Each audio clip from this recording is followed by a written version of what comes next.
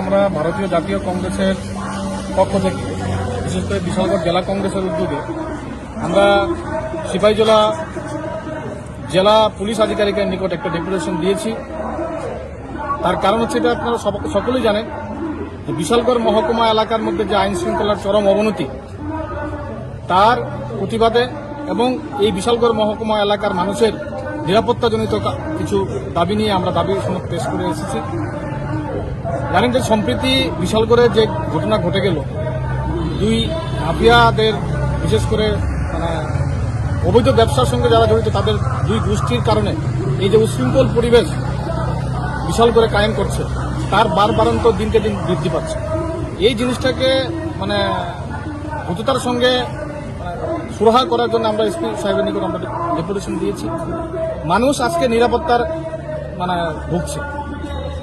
বিশালগড়ে সত্যি আইন শৃঙ্খলার চরম অবনতি চলছে, মানুষ পুলিশের উপর আস্থা হারিয়ে ফেলছে।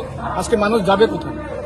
আমরা এও দেখতে পেরেছি যে কিছুদিন আগে আমরা খবরের কাগজে বিভিন্ন ইলেকট্রনিক মিডিয়ার মাধ্যমে দেখেছি যে বিশালগড় মহকুমা শাসক যিনি, ওনার চেম্বারেও উনি নিগৃহীতা হয়েছেন একজন জনপ্রতিনিধির দ্বারা।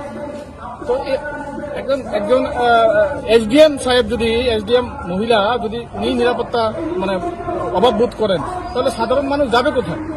এই সমস্ত জিনিসই আমরা আজকে এসপি সাহেবের কাছে আমরা বলে এসেছি, যাতে দ্রুততার সঙ্গে এই বিশালগড় মহকুমার মানুষের স্বার্থে মানুষের জননিরাপত্তার ব্যবস্থাটা এবং মানুষের সুরক্ষাটা যাতে স্থায়ী করে উনি দেখেন ভালো করে, সেই জিনিসটাই আমরা ওনাকে বলে এসেছি।